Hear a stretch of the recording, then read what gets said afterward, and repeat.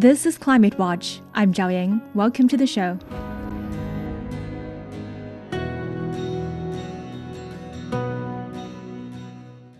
April 22nd marks Earth Day. 10 years ago on this day, leaders from around the world gathered at the UN headquarters in New York for the signing ceremony of the Paris Agreement. In that moment, countries came together around a shared goal to limit global warming to well below 2 degrees Celsius while striving to keep it to 1.5. A decade on, where does the global fight against climate change stand today? Joining us now is Michael Grubb, Professor of Energy and Climate Change at University College London. Professor Grubb, thanks for joining us. Great to be here. Thank you very much. So, on Earth Day 2016, the Paris Agreement was opened for signature at the UN headquarters in New York, and that moment was marked by a sense of historic unity. So, 10 years on, how much of that spirit still remains, and are we on track to meet its goals? Well, history always goes in some cycles, and yes, Earth Day 2016, signing of the Paris Agreement, universal signing, was a high point. Obviously, now today the world in general is in a different place. There's a lot of tension, a lot of division geopolitically, and we have a US president who's largely denied climate change all along and has pulled out. So yes, we're in a different place, but I think it's also worth adding there are many worries going up to COP30, the last conference of parties in Brazil in November, that actually some other countries at least would follow the US.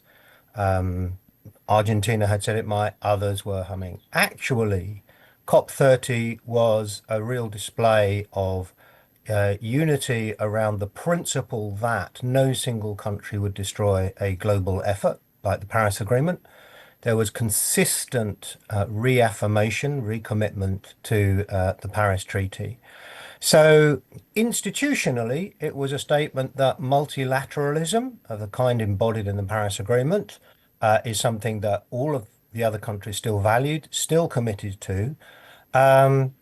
Are we on track to meet its goals? That really depends which of its goals you're talking about, so we could come on to that. But yes, the process is still on track. Maybe a final remark is, in some ways, the international reaction to the US pullout, a formal withdrawal now, is much more muted than it would have been 10 years ago, certainly 20 years ago, because it's been a long-term difficult relationship with the US following changes in the US government. This is the third time the US has pulled out of an agreed global treaty. So there is a reaction I pick up elsewhere that maybe if the US cannot be consistent, it's better if it's out of the system, at least for present, until it sorts out internal disputes on climate change.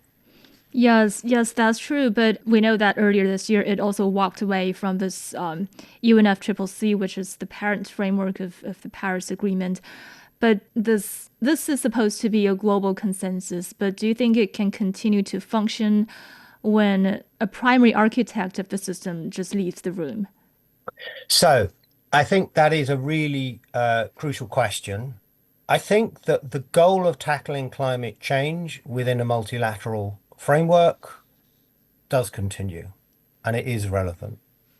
The key reason why that is possible in a way that wouldn't have been possible 10 to 20 years ago is because of the scale of innovation in clean technology and a sense that, to be crude, there is money to be made in the low carbon economy, and that it also can help to insulate many countries from geopolitical energy shocks of the kind we see now.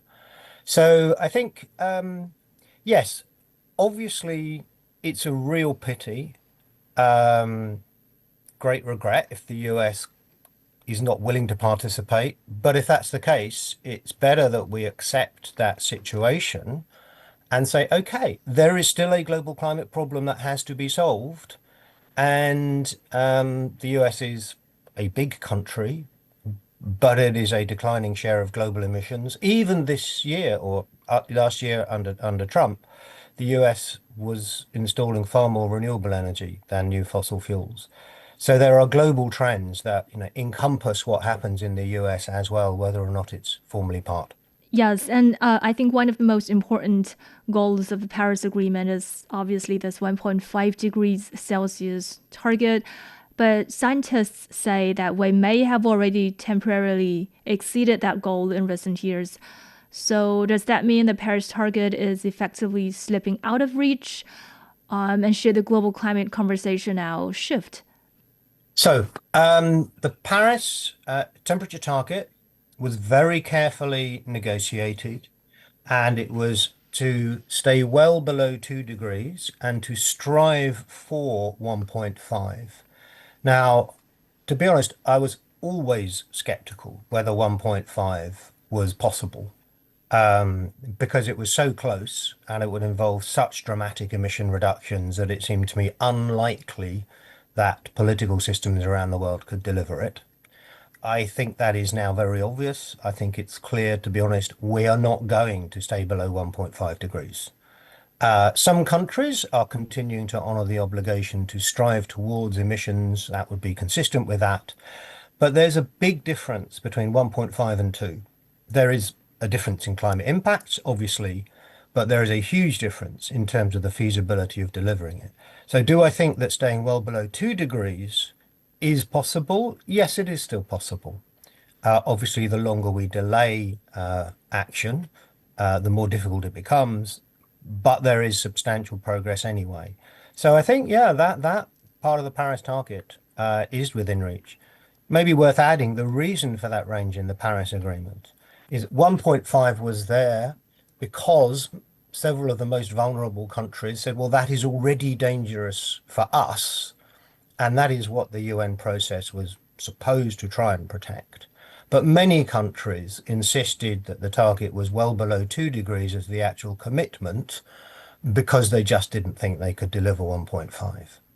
So, in that sense, I think that yes, that goal is still achievable when you really understand exactly what governments committed to. Well, and of course, we also have good news. Like as you mentioned earlier, we are seeing record growth in renewables. And according to UN data, global renewable electricity capacity has increased by 140% since the signing of the Paris Agreement, while fossil fuel capacity has grown by just 16%. Yet, global emissions are still inching upward. So, how do we explain this disconnect? Like, are we still not transitioning fast enough? I think it's fair to say we're not transitioning fast enough, but we are transitioning at a growing pace. So, first, I think it's not that surprising that one can have that rapid expansion in clean electricity and yet global emissions have still been going up, because electricity is only part of the problem, and also those renewables were starting from a relatively small base. So, to give you a flavor of the kind of pace of change and where that leads is 10 years ago, wind and solar energy combined were a bit under 10% of global electricity. Now it looks like by 2030, so in only 4 years' time, that figure will be close to 30%. And that's a reflection of exponential growth. So, that is still accelerating. And I think actually the current geopolitical crisis is accelerating that further. Now, that's still only electricity, much slower progress on other things. But to be fair, most of the other things depend on having clean electricity. So, the most obvious is electric vehicles. We see the price of gasoline going up now. Every day at the moment, I'm seeing headlines about acceleration of efforts on electric vehicles, and increasingly we will have the renewable electricity or zero carbon electricity to fuel that. So scientists talk about an S-curve dynamics. Things never sort of grow linearly. When they're really small, they can't suddenly become huge. They have to grow by an exponential process. So you get from 1%, 2%, 4%, 8%, you're heading 10, 15, 20, and then the absolute volume really starts to impact. We've seen that in China. China's emissions, as I understand it, have stayed steady for the last 2 years and may even be dipping down. And I think that is a really interesting and important indication. We're beginning to see the peak in the world's biggest emitting country at present.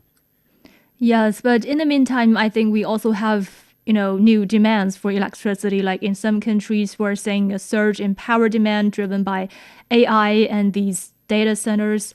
So is the digital revolution kind of running ahead of or even undermining the green transition?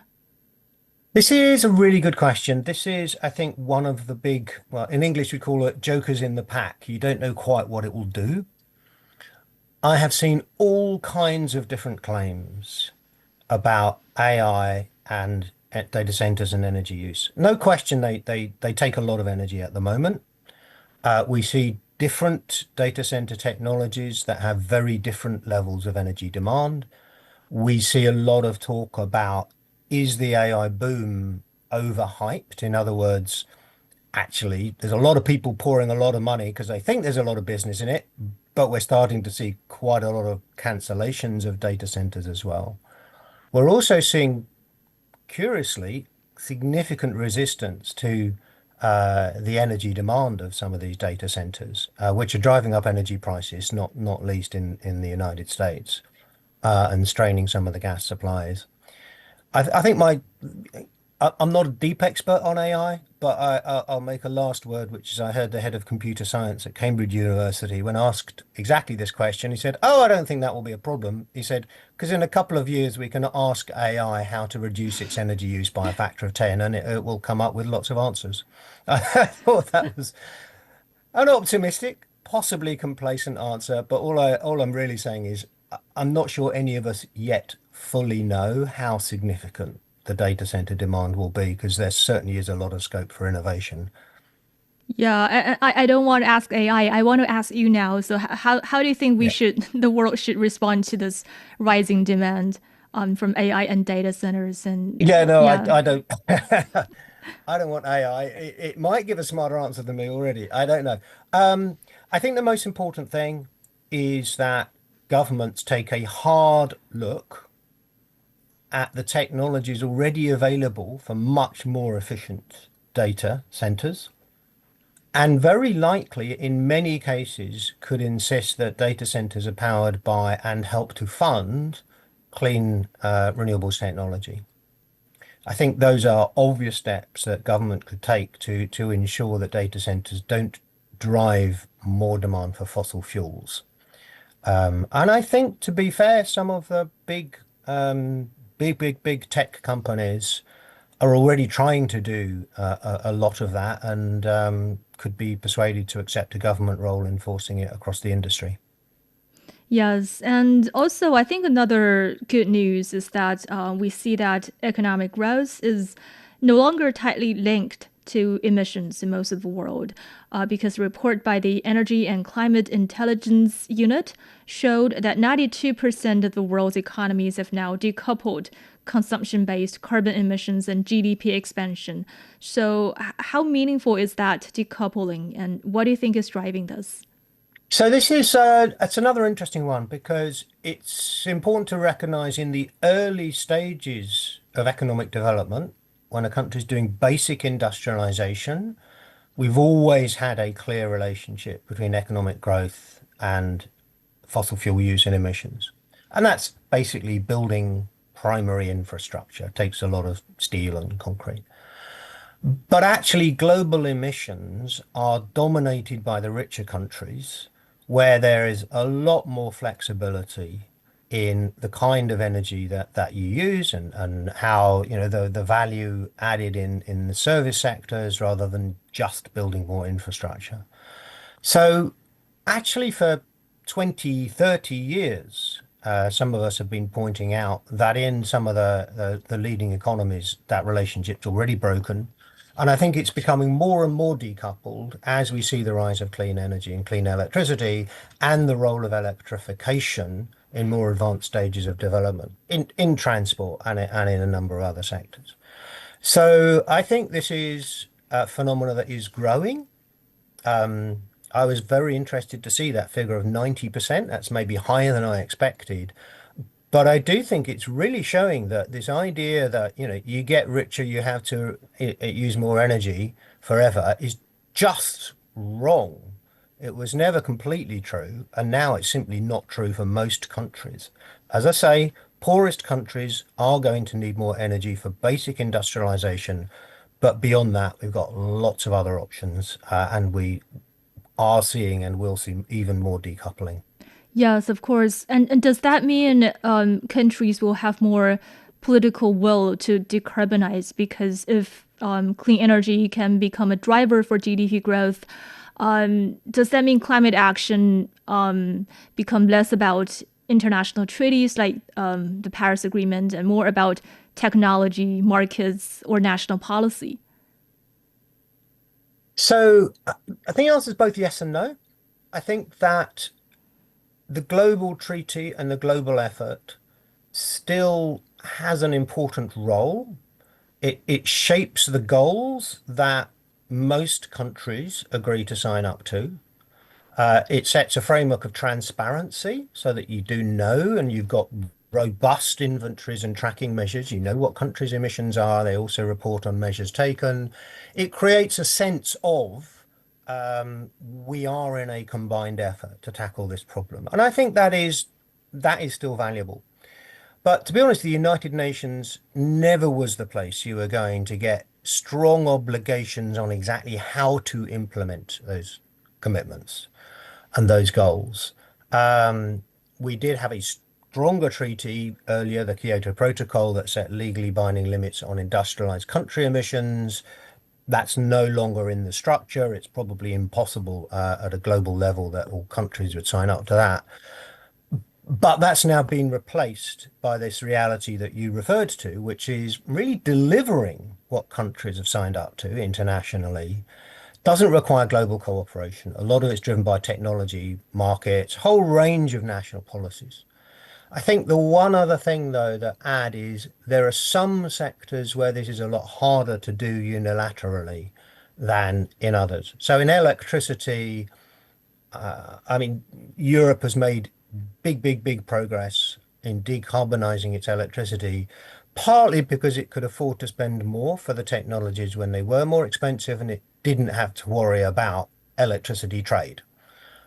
Nobody's going to build a wire from Europe to the United States or to China to undercut European electricity. That's not true in some of the big industries like steel, where we trade products. And so you have a more complicated situation and a need for some kind of international cooperation, I think, to accelerate the transition to things like low carbon steel. So it's not a blanket, got a global agreement, it can set a target, but countries just go and implement it.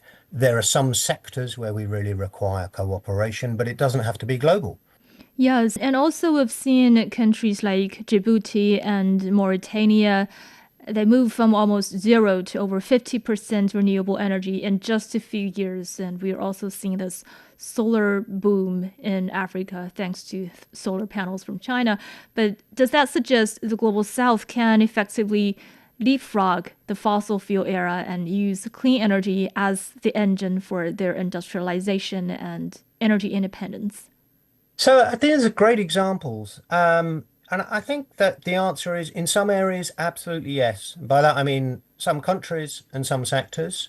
The fact is now that for countries which, shall we say, have a functioning economic and legal system and are governing their electricity system reasonably well, solar energy is now the cheapest source of electricity. The International Energy Agency said in 2020 that solar energy is now the cheapest electricity in history. And that is really attractive. Why would countries want to do something else?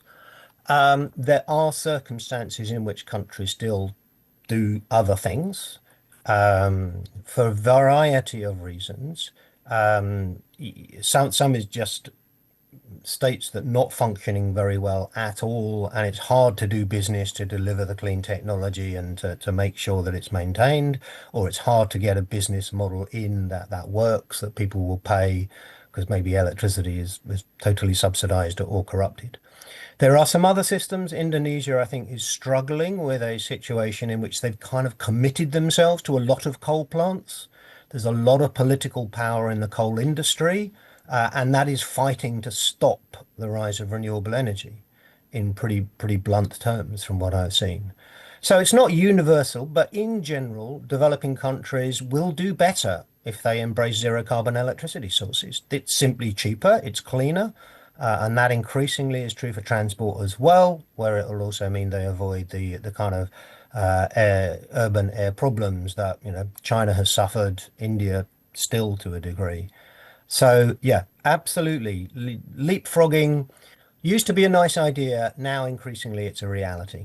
Okay, and climate finance was supposed to be one of the pillars of the Paris Agreement, with wealthy countries committing to support developing countries at a scale. But in reality, the money has somehow been delayed, uneven, or often structured as loans. So, why do we often find it difficult to turn those promises into real financial support on the ground? Yeah, I think this is one of the most frustrating, difficult, divisive areas. The short answer is that even the rich countries don't feel very rich. And I think to some degree have struggled ever since the global financial crisis, which was quite a long time ago now. But it's also been seen that the world is now much more, many other areas of economic development beyond the old rich club of OECD countries.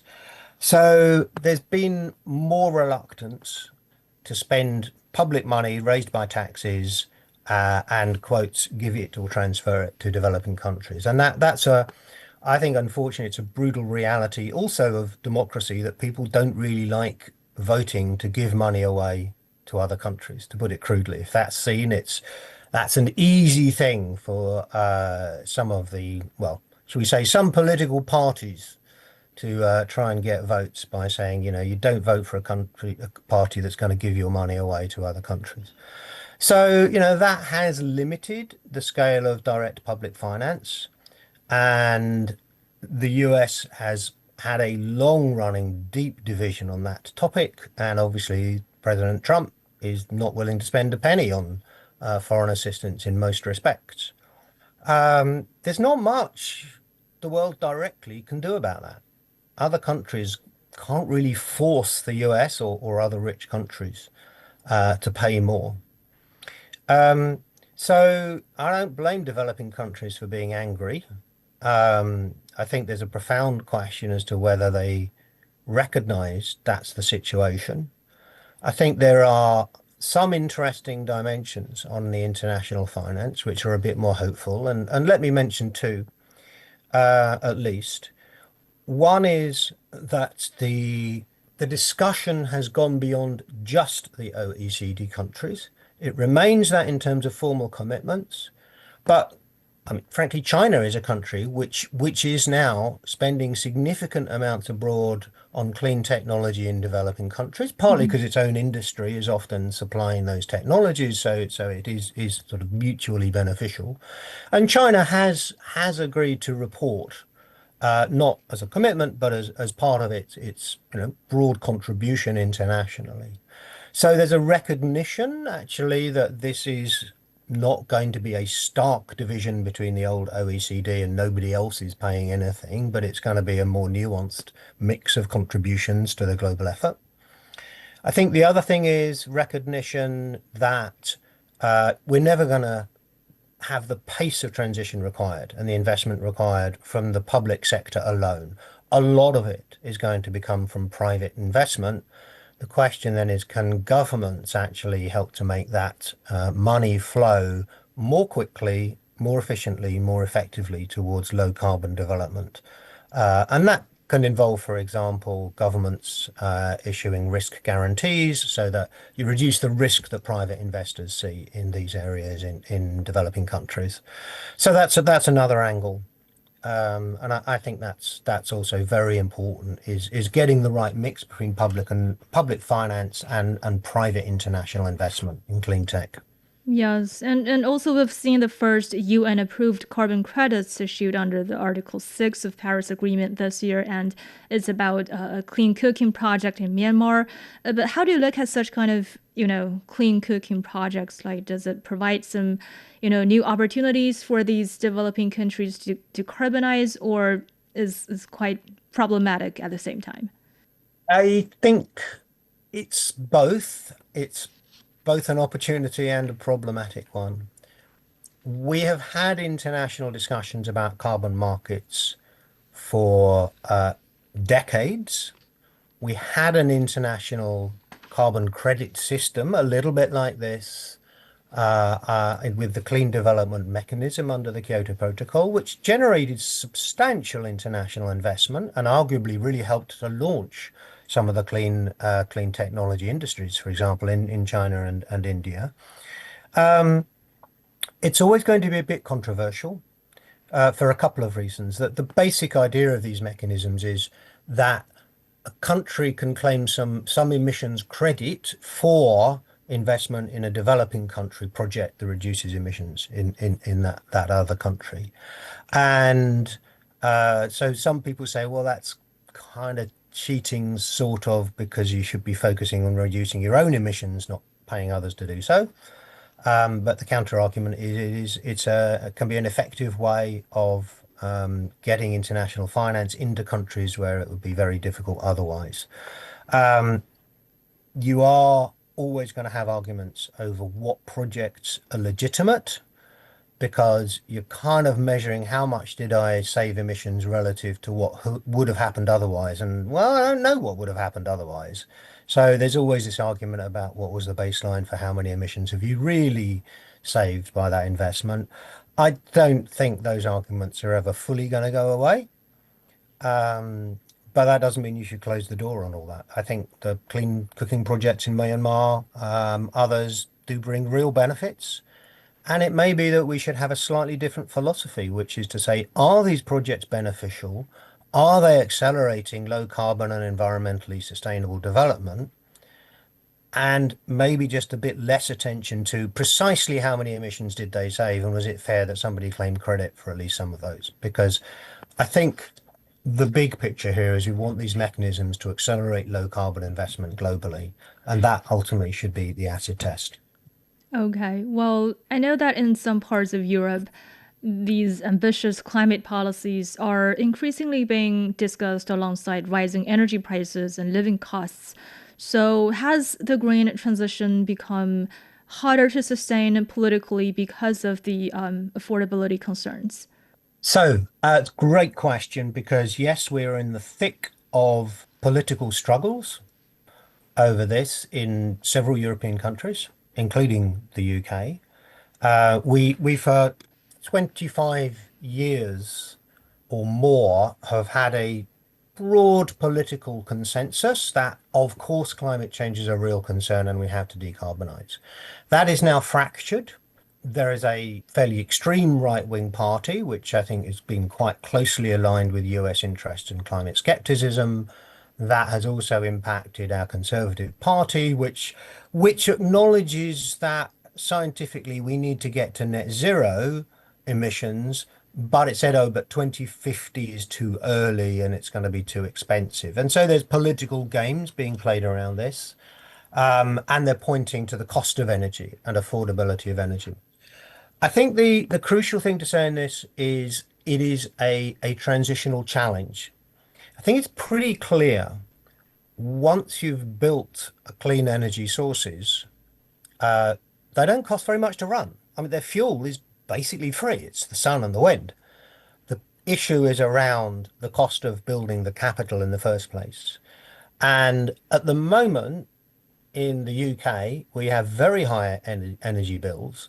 And the reason is partly we're still paying for the old system. We still have our electricity prices set by natural gas, which is right now very expensive. And we're still paying for some of those earlier capital investments. And we're trying to build out further. So we're kind of paying for both the old system and the new system at the same time. And that's what's driving prices high to be crude. And there are structural inefficiencies actually in the way we've got, the fossil fuels in our electricity. That said, I think it is increasingly clear that prices will be coming down again because as you go further through this transition, you get to the point where you really are far less dependent on fossil fuels. You're getting much more energy from capital that's already been built and paid off. And so I think this argument will go away as the transition proceeds. In the UK, we've actually got a government that is still very committed to its climate targets and has made it plain that this is an area it's willing to engage in a major political fight. It is not sort of trying to deal with the opposition by saying, well, maybe we'll be less ambitious, etc. It's saying, no, we're doing the right thing and we're going to make the case that this is the right thing and it will bring Britain benefits. Okay. So now we are moving into the next decade of the Paris Agreement, and obviously a lot has changed. So what do you think should be our top priorities for the next stage of climate actions?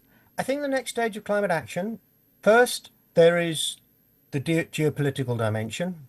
And I think it is a recognition that we regret the US leaving, but we're going to carry on. I think we acknowledge that when we're moving from goals to implementation, you can't deliver implementation actions totally at the global consensus. So where you need international collaboration, you're talking about, if you like, second tier agreements. The Brazilian government is talking very seriously about second tier structures which enable, say, 40 or 50 countries to say, right, we are going to work actively on decarbonizing this sector and we will cooperate in these ways to help build up both the technologies and the markets. So I think that is now an absolutely crucial phase of the next stage. I think the other priority is to reframe some of the financial structures around climate change. I think we need to recognize that climate change itself is a huge macroeconomic risk. It's a risk to insurance industries. It's a risk to all kinds of assets and industries around the world. And I think we need to build stronger coalitions of all of those who increasingly are directly seeing the impacts of climate change to say that those are the coalitions politically to help further accelerate the global action through all kinds of action across basically half a dozen sectors. So maybe if there's probably the end of the discussion, but we've framed the climate change issue before in terms of global targets or national emission targets, and that was fine and relevant because that's a scientific problem. Solving the problem means decarbonizing electricity, transport, heavy industry, heating, agriculture, and other aspects of land use. Do those and you solve the problem. So maybe now we move into what are the international conversations around accelerating those sectoral transitions. Professor Michael Grubb, thank you so much for joining us. Thank you very much. And that wraps up this edition of Climate Watch. You can find more episodes on your favorite podcast platforms. Just search for Climate Watch and hit subscribe. Don't forget to leave us a quick review or share it with a friend. You can also email us at radio@cgtn.com with your questions or feedback. And stay updated on the latest climate stories with our Substack newsletter, Climate Choices. I'm Zhao Ying. Thank you so much for listening. See you next time.